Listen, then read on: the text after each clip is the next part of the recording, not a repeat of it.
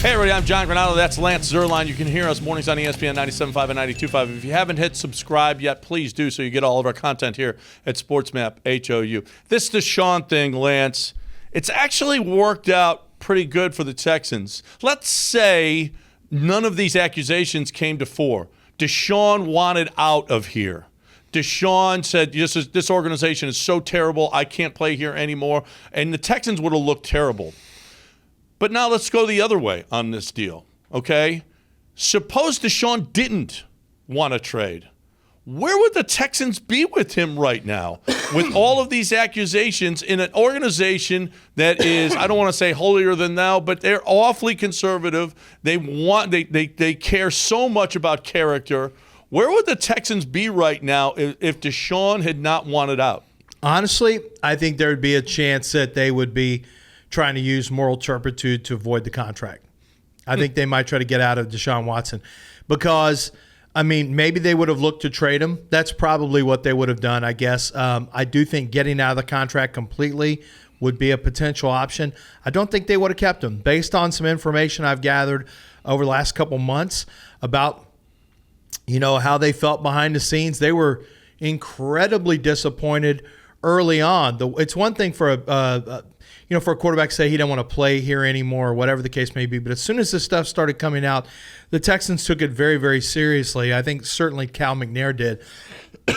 And I don't think the McNair family, you can say what you want about Cal McNair. You can say what you want about the McNair family, but they're pretty steadfast in their belief that they want to have people with relatively high character on the team, and especially as a quarterback. It's something they do covet. I'm not saying that every player is always like that, but I am going to tell you that I don't think this would have sat well with them at all. No. It's not going to sit well with most owners. And actually, obviously, the way that it all worked out, the Texans had patience. They got rid of him. They laid him off on the Browns. The Browns actually look like the bad organization now. Oh, yeah. And nobody has criticized the Texans about any of this. No. Which is amazing, seeing as how he was the Texans quarterback when all of this went down.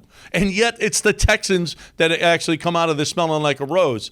Rich Eisen said if a year-long suspension happens, he thinks Watson's contract with the Browns is easily the worst contract a team has ever given a player. Agree? Yeah. Right? Isn't that, obviously I think back to the $100 million deal that Albert Haynesworth got. That's one I thought. That was one. Now, he was a really good player. He just kind of quit on the contract. He kind of quit on the team, just stopped working hard. But Deshaun's, you gave him this money fully guaranteed, and you knew about the issues that were still in front of him. So I would say this one has to be even worse because forget the amounts. Obviously, players are making way more, and you see the jump in salaries basically from what was that, like 2008 to 2009, I think, 2010, somewhere around there. Here we are 12 years later. Albert Haynesworth had $100 million. Deshaun Watson had $230. There's a big difference in contracts already, but that's fully guaranteed, and Deshaun Watson had all these issues facing him with no resolution that had been concluded. So, yeah, I think this has to be the worst contract potentially. Now, it's a different conversation we're having in 3 years if the Browns have won, because we can keep making the points that we make about the morality of it all or whatever the case may be. But the Browns made this move because they felt like he gave them the best chance to win at the highest level. And ultimately, we can judge the contract however we want to right now, but it's not going to be judged for another 3 to 5 years. If he does give them all of that. And right now that's up in the air. You're talking about a guy that possibly is not playing football for 2 years. We'll see how good he is when he comes back. And it's possible. It's very possible this is the worst contract ever. But Haynesworth is right there. And Brock Osweiler, we can't forget that one. That was a wonderful, wonderful contract. Not a great one.